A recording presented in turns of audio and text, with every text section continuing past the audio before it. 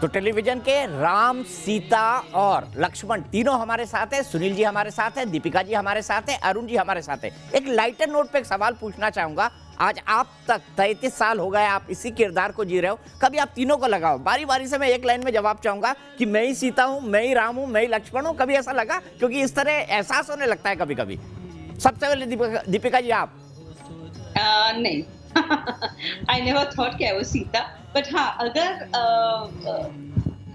कोई सीता करके बुलाता है तो मैं डेफिनेटली मुड़ के देखती हूँ, क्योंकि मुझे लगता है कहीं ना कहीं my identification is with Sita. और मेरे फ्रेंड्स आज भी मुझे टीज करते हैं, सीते बुलाते हैं मुझे, सो आई आइडेंटिफाई विद इट। लेकिन मुझे ये कभी नहीं लगा कि मैं सीता हूँ। सुनील? नहीं, मुझे भी नहीं लगा कि कभी मैं लक्ष्मण हूँ, पर हाँ इतना जरूर मैं कहूँगा कि लक्ष्मण जैसी आदतें बहुत हैं मेरे अंदर।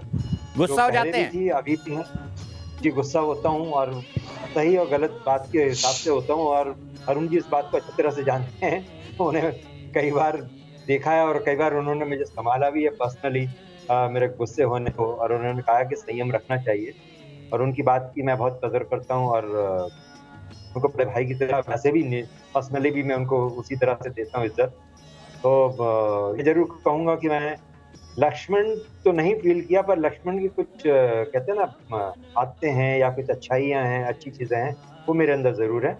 और उसी तरह मैं उस बात को गर्व फील करता हूँ कि वो चीज़ें हैं मेरे अंदर हैं, वो मुझे एक अच्छा इंसान बनाने में मदद करती हैं। ठीक, 3.5 साल इसकी शूटिंग हुई, 3-3.5 साल जितना भी वक्त है। अरुण जी, कभी ऐसा लगा तीनों में कभी झगड़ा हो गया हो, या यूनिट में कभी झगड़ा हो गया हो, कभी क्वारल हो गया हो? क्योंकि जब आप टीम में काम करते हैं इस तरह की चीजें होती है। कोई इंसिडेंट याद है आपको?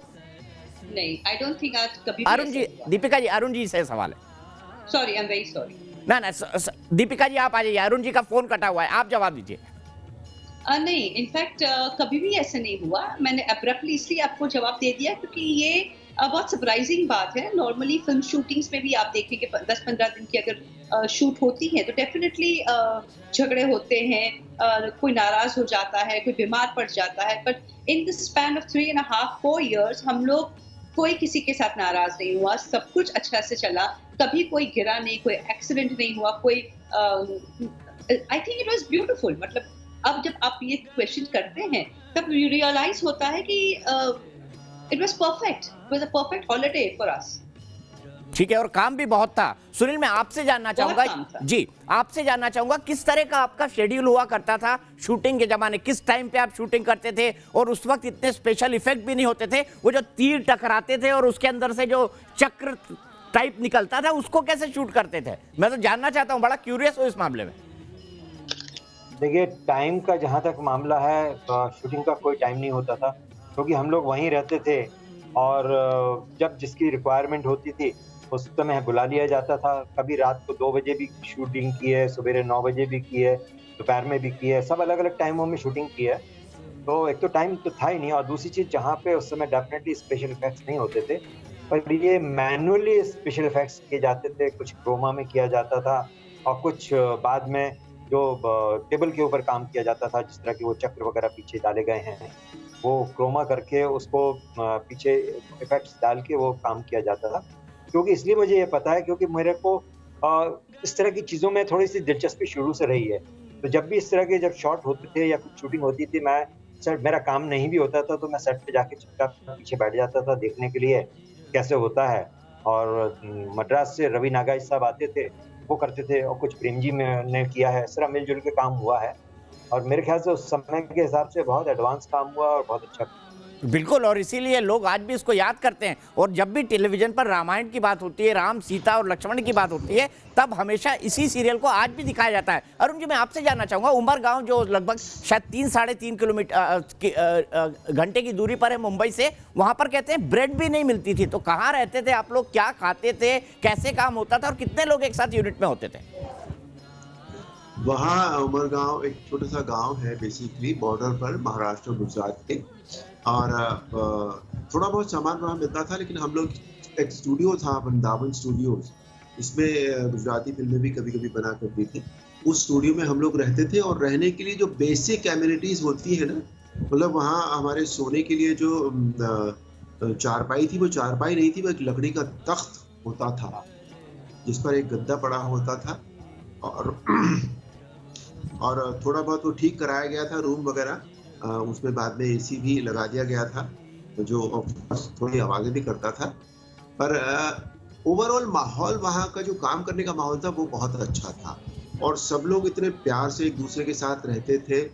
जो वहाँ की जो एमिनिटीज की जो कमियां थी वो खलती नहीं थी कभी भी, यू नो। जी जी और बोलिए, सुन रहा हूँ। खाने के लिए सब लोग एक साथ बैठकर वहाँ खाना खाते थे। ऑफ कोर्स वेजिटेरियन ही खाना होता था, सब लोग खाते थे बहुत प्यार से। और बाकी सामान वामान तो वहाँ नहीं मिलता था, तो जो होता था वो या तो हम लोग ले जाते थे या थोड़ी बहुत दूर से और मंगा लिया करते थे। पर ये सब चीजों की कमी वहाँ खलती नहीं थी एक्चुअली, क्योंकि एक तो काम इतना ज्यादा होता था, और हम लोग काम में अपना इतने मशगूल रहते थे, और नहीं होता काम, कभी कभी नहीं होता था तो सामने बीच होता था अक्रॉस द रोड, हम लोग वहाँ चले जाते थे। वहाँ तो ओवरऑल बहुत अच्छा रहा वो जो वहाँ का जो एक्सपीरियंस है काम करने का, that was really good. Sunil, आप तो उमरगाम में रहते थे, लेकिन कब आपको एहसास हुआ कि ये सीरियल इतना ज्यादा पॉपुलर हो गया है कि लोग आप ही को राम लक्ष्मण और सीता मानने लगे हैं और अरविंद त्रिवेदी जी को रावण? मेरे ख्याल से शायद हम लोगों का कुछ 6वां या 7वां एपिसोड चल रहा था, स्वयंवर के जो एपिसोड थे उसके आसपास का वक्त है, 1.5-2 महीना हो चुका था इस बात को। तब ऑल ऑफ अ सडन जब हमको इनविटेशन आने लगे लोगों के, जैसे एक बार दीपिका जी ने बताया था, जैसे प्राइम मिनिस्टर साहब का इनविटेशन आया था उस समय, या और भी कई पॉलिटिकल इनविटेशन आए, या फिर कई बिजनेसमैन, कभी बड़ी अच्छी बिजनेस फैमिलियां जो हम लोगों को विजिट करने आती थी वहाँ पे, तब हमको रियलाइज होने लगा कि नहीं यार, ये कुछ अलग ही हटके बात हो रही है। ये एक नॉर्मल सीरियल की पॉपुलैरिटी नहीं है, ये कुछ ज़्यादा ही पॉपुलर हो रहा है, और ज़्यादा ही मतलब है कि उस तरह का माहौल क्रिएट कर रहा है, जो धीरे-धीरे आगे जाके वो कर्फ्यू वाला माहौल क्रिएट होने लगा।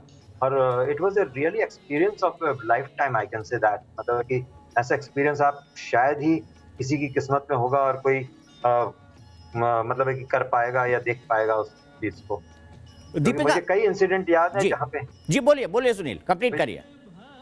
मुझे कई इंसिडेंट ऐसे भी याद हैं कि जहाँ पे बहुत बड़े स्टार्स भी रहे हैं उस फंक्शन में जहाँ हम रहे हैं, पर लोगों की तरह भीड़ जो है हमारी तरफ ज्यादा रही है, उन बड़े स्टार्स को उतना रिस्पांस नहीं मिला है जो उस समय के बड़े स्टार रहे हैं।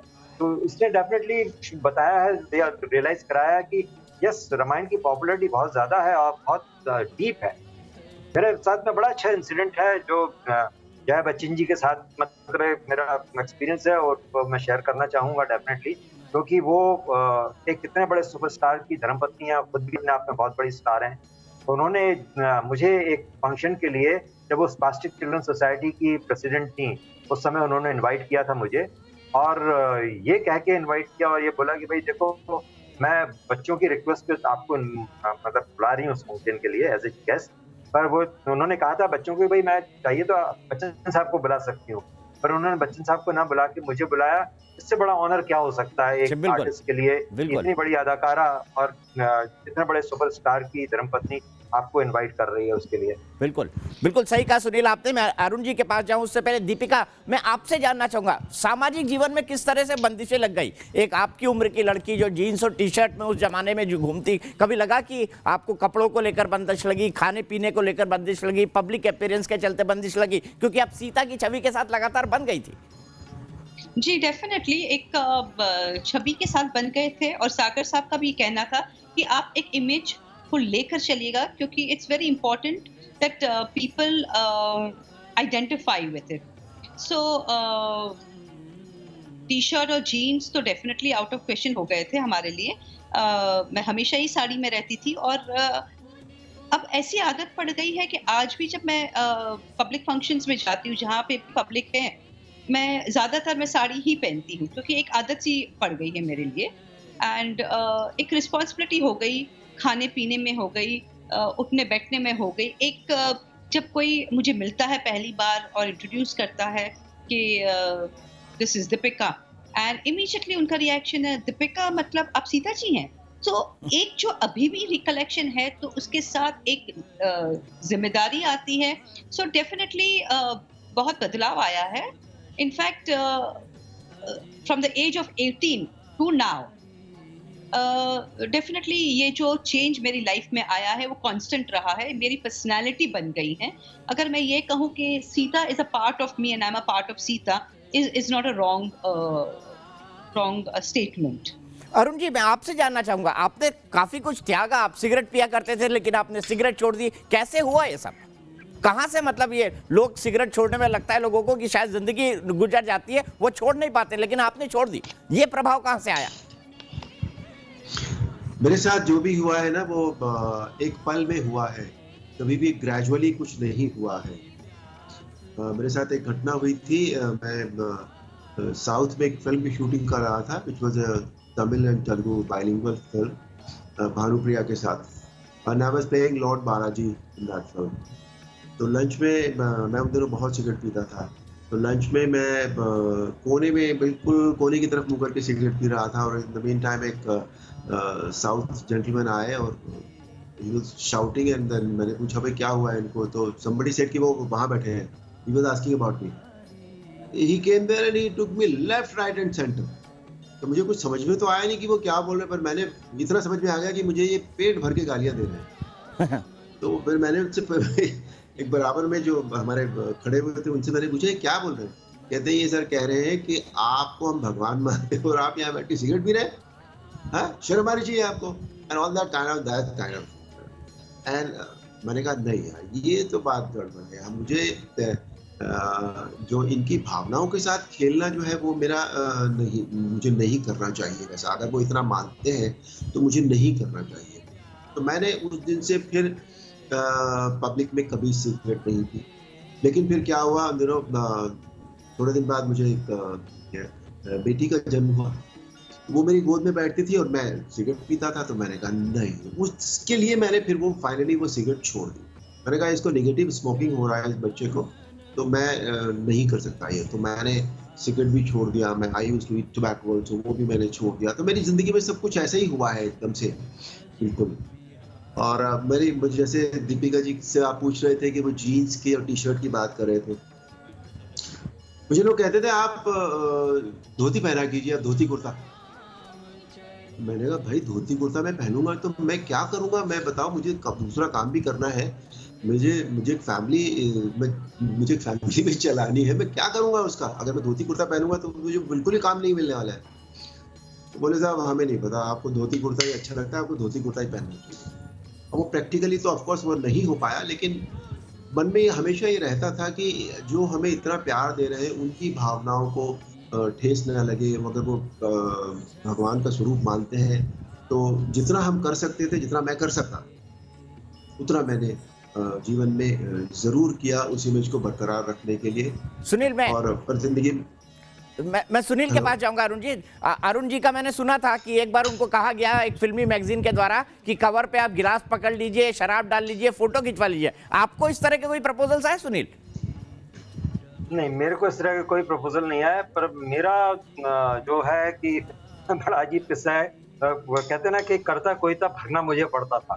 कि कई इंसिडेंट ऐसे हुए हैं जिसमें रामायण में जो संजय जोग है, मतलब थे जिन्होंने भरत का किरदार किया था, उन्होंने एक आध बार किसी झगड़ा हो गया होगा उनका, कुछ भी हुआ था, पर वो कई बार मैगजीनों ने उठा के मेरा नाम लिख दिया उस जगह पे। तो इस तरह के इंसिडेंट 2-3 हैं जो हुए हैं, पर उसको बाद में मुझे क्लैरिफिकेशन भी देना पड़ा कि ना मैं भाई शराब पीता हूँ, ना मैं सिगरेट पीता हूँ, और इस तरह का तमाशा तो मैं कर भी नहीं सकता हूँ, और मैंने इस तरह का तमाशा नहीं किया है। तो बस इस तरह का इंसिडेंट हुआ है। बाकी किसी मैगजीन ने मुझे इस बात को लेके कभी अप्रोच नहीं किया कि भाई आप ग्लास पकड़ लीजिए या सिगरेट पकड़ लीजिए या कुछ कर लीजिए, क्योंकि बेसिकली लोगों को पता भी था कि मेरा नेचर कैसा है, और दूसरी चीज मैं जो चीज करता नहीं हूँ तो मैं क्यों करूंगा वो चीज। दीपिका, किस तरह के फोटो शूट्स की मांग होती थी? कभी आपके पास ऑफर आया कि जीन्स और टी शर्ट्स में एक फोटो शूट दे दीजिए? क्योंकि उस टाइम तो आपके पास हजारों फोटो शूट्स के ऑफर आते होंगे और प्रिंट मीडिया सबसे स्ट्रांग था उस जमाने में। जी, मुझे पिक्चर्स की बहुत ऑफर्स आई हैं, मीनिंग मूवीज के लिए ऐसी ऑफर्स आई थी कि आप स्विमिंग कॉस्ट्यूम पहन लीजिए and wear clothes in which you are body revealing clothes हैं, या तो फिर आप ऑफर्स ऐसी आती थी, या तो आप नल दमयंती का रोल करिए, पार्वती का रोल करिए, या फिर ये ऑफर्स आती थी कि भाई आप स्विमिंग कॉस्ट्यूम पहन के टोटली इमेज को तोड़ दीजिए and we will give you such a huge break. So ये सब होता था मेरे साथ, just not with the media, but I think I was very clear कि मुझे नहीं करना था वो टाइप का काम, and I just didn't do it. So offers तो बहुत मतलब अलग अलग किस्म की आती थी, बहुत ऑफर्स भी करते थे, पैसे भी बहुत ज़्यादा ऑफर करते थे ये टाइप की पिक्चर्स करने के लिए। कंटिन्यूस वो लोग ये भी कहते थे कि हम लोग 3 मूवीज आपके साथ एक साइन कर देंगे, लेकिन आप ब्रेक कर दीजिए सीता की इमेज को, ये साड़ी वाड़ी छोड़ दीजिए। सो ये सब कंट्रोवर्सी डेफिनेटली मेरे साथ हुई है। अरुण जी, मैं आपसे जानना चाहूंगा, दीपिका जी तो चुनाव लड़ लिया, अरविंद त्रिवेदी ने भी लड़ लिया था, आपको कभी चुनाव लड़ने का ऑफर नहीं आया? क्योंकि उस वक्त तो इलेक्शन के अंदर भी राम लहर पूरी की पूरी प्रभावी थी। मुझे जितने भी इलेक्शन मेरे जीवन में बड़े होने के बाद, रामायण के बाद हुए हैं, उन सब में मुझे ऑफर्स आए हैं 2014 तक। बट मेरा मन करता भी था कभी कभी कि मैं राजनीति में चला जाऊं, पर बेसिकली कहीं अंदर से मैं जानता हूं कि I am not fit for a political to be a political man. मैं I am too straight of a line, तो मुझे वो मेरे अंदर शायद वो गुण है नहीं जो एक पॉलिटिशियन में होने चाहिए। तो इसलिए जब क्योंकि वहाँ जाना आसान था, पर वहाँ अपने आप को सरवाइव करना थोड़ा मुझे लगा कि शायद मेरे लिए मुश्किल होगा, तो इसलिए मैंने फाइनली सीता जी, और सॉरी देखिए मेरे मुंह से भी सीता निकल रहा है, सीता जी निकल रहा है। दीपिका, मैं आपसे जानना चाहूंगा, आपने राजनीति क्यों छोड़ दी? क्योंकि आपका एक बड़ा सक्सेसफुल करियर था राजनीति के अंदर। हाँ, तो मेरी लाइफ में जो जंक्शन आया था, 91 आई गॉट मैरिड। 91 में मैंने इलेक्शन कॉन्टेस्ट किया था, and I won with 50,000 seats opposite the maharaja of Baroda. सो बहुत बड़ी जीत हुई थी, बहुत सक्सेसफुल रहा था, एंड आई थिंक पार्लियामेंट में भी मैंने काफी 2-3 साल तो मैंने बहुत मेहनत की और बहुत अच्छे से मतलब काम भी किया। But then my daughter was born, and उसके बाद धीरे धीरे I realized कि कहीं ना कहीं मैं अपनी फैमिली की तरफ I'm not doing justice to it, and I wanted to spend more time at home with my daughter. So it was a very conscious decision on my part कि मैं वापस आऊंगी, दोबारा आऊंगी, क्योंकि I would like to serve the people जिन्होंने मुझे इतना प्यार दिया है। I think it is my duty to give it back to the society. मैं हमेशा मानती हूँ कि अगर आपके पास नाम है, पावर है, फेम है, तो you should be in a position, you should help people. तो I would definitely like to do something with the people, चाहे वो NGO की तरफ हो, चाहे just social work हो, or be it a political platform. But I would like to do something. तो मतलब आप फिर चुनाव लड़ सकती हैं? Conscious decision. मतलब फिर चुनाव लड़ सकती है? I mean, I think I would. मैंने कभी सोचा नहीं है, frankly, क्योंकि मैंने इसके बाद में कॉन्शियसली में कोई डिसीजंस मैंने लिए नहीं है, मैंने सोचा भी नहीं है इसके बारे में, but I am kind of open now. ठीक है सुनील जी, आखिरी चीज, एक लाइन का कोई बढ़िया सा रामायण का सबसे जो आपको दिल को छूता हुआ डायलॉग है वो सुना दीजिए, उसी से मैं क्लोज करूंगा ताकि लोगों को याद ताजा हो जाए। रामायण के तो डायलॉग लक्ष्मण के बहुत से हैं। लक्ष्मण रेखा, मेरे ख्याल से दीपिका जी ने सही बोला, क्योंकि आजकल कोरोना के चलते लक्ष्मण रेखा की बात हो रही है। लक्ष्मण रेखा वाला डायलॉग तो शायद मेरे दिमाग में नहीं है इस समय, पर ऐसा कुछ था वो कि यहाँ मैंने एक लक्ष्मण रेखा खींच दी है माता सीता, आप इसको लांघने की कोशिश मत करना, नहीं तो अनर्गल हो जाएगा। हे पशु पक्षियों, जितने पेड़ पौधे थे सबसे मैंने कहा कि हे भगवान, मेरी माता की रक्षा करना, और मतलब कि मैं आपके भरोसे इनको छोड़ के जा रहा हूँ। उसी तरह मैं ये कहना चाहूंगा कि जो मोदी जी ने कही है बात लक्ष्मण रेखा की, वो लक्ष्मण रेखा लक्ष्मण ने सीता के लिए खींची थी, और सीता माता लक्ष्मण रेखा को पार कर गई, उसका अंजाम सबको मालूम है क्या हुआ। इसीलिए मैं चाहता हूँ और सबसे विनती भी करता हूँ कि प्लीज ये लक्ष्मण रेखा अपने आप बनाइए खुद, और इसको लांघने की कोशिश मत। बिल्कुल ठीक सुनील, मैं यही रुकूंगा। जो लक्ष्मण रेखा की बात प्रधानमंत्री जी ने कही है, अपने घर की लक्ष्मण रेखा कृपया मत लांघे, क्योंकि आगे खतरा है। आगे मेरे ख्याल से अगर ये कहा जाए गलत नहीं होगा कि आगे हो सकता है आपकी मौत भी खड़ी हो। हमारी इस खास पेशकश में आज के लिए इतना ही।